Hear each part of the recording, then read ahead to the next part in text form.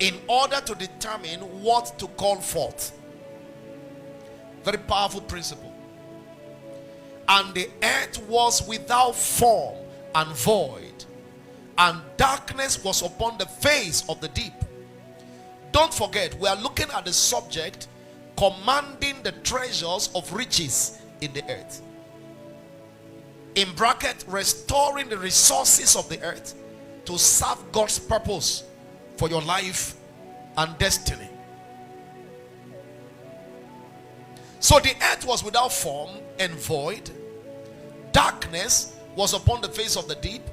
The Spirit of God moved upon the face of the waters. That is brooding. That's incubating.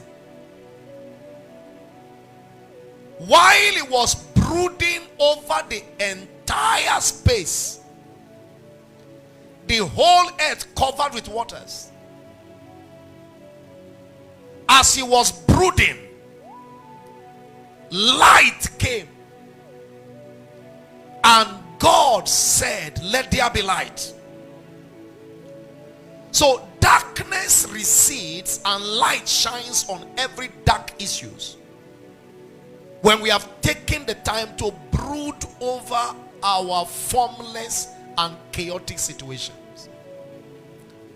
Right now, as you are here, chances are that you are faced with circumstances and situations beyond your control, so to speak. There are things around you that you don't know what to do anything about. And like I said earlier on, they are not unconnected with the fact that there are things around you on the earth where you are. And I'm going to be explaining a while from now what your particular earth is all about. But you owe yourself the duty, the responsibility to brood. Everybody say brood. Just like a chicken, a mother hen sits upon the eggs, brooding over them. She hatched them.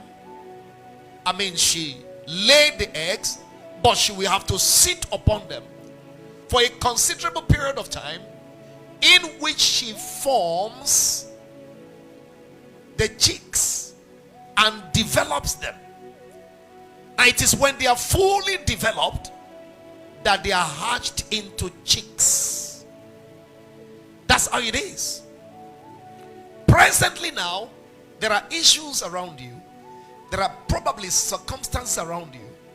Maybe in your family, your home, your business, your marriage, your academics, your ministry. Earth-related issues, because you are an earth-related person, having terrestrial experiences, whether good or bad.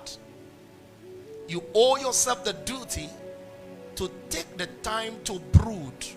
Now,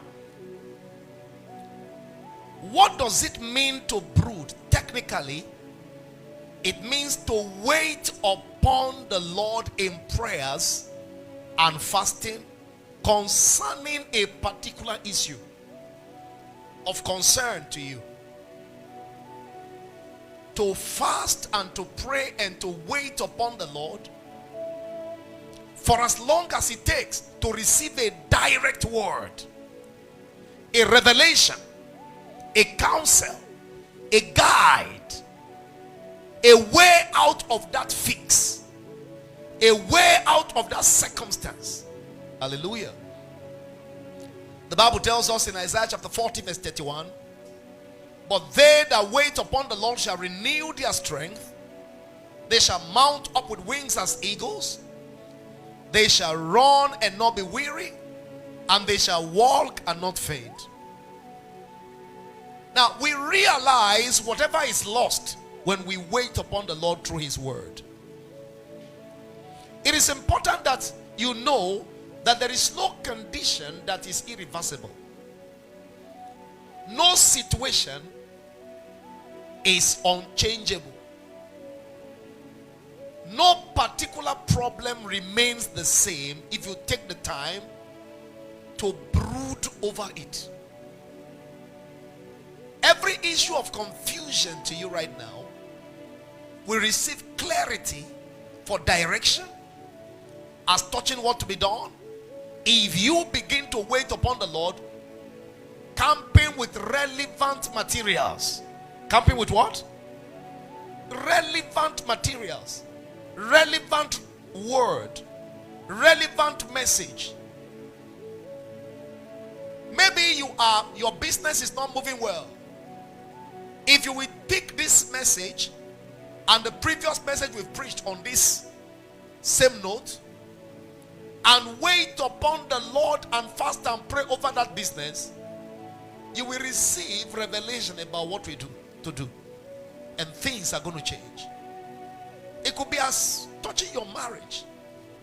It could be as touching your children. Light will always come when you tarry before God deliberately, intentionally over an issue. So we begin to see all that is freely given to us when we wait upon the Lord. That's why he said, call upon me and I will answer and show you great and mighty things which you know not. In 1 Corinthians 2 verse 12, he said, now we have received not the spirit of the world, but the spirit of God, that we might know the things that are freely given to us of who? Of God. So we catch divine revelation. So we catch divine revelation and knowledge of great and mighty things of our lives and destinies when we begin to wait upon the Lord deliberately. So brooding is very important. I don't know what the condition is that is bothering you. There is a way out. There is hope of a tree, even if it is cut down, that it shall spring forth again at the scent of water. There is a way out. There is a way out. The way may not be known to you now. That's because you have not waited upon the one that knows all things.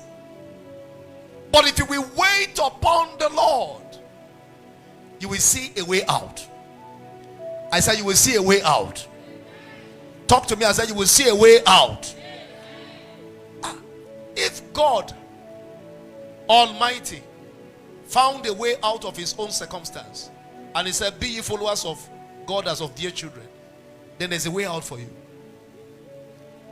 It doesn't matter how tough the situation is, there is a way out for somebody today. Second principle is calling forth light, divine light, over your particular earthly space. Calling forth divine light.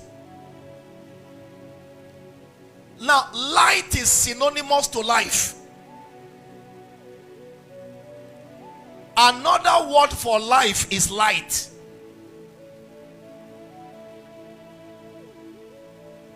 Because there is no life without light. Every living thing came out of light and is sustained by light.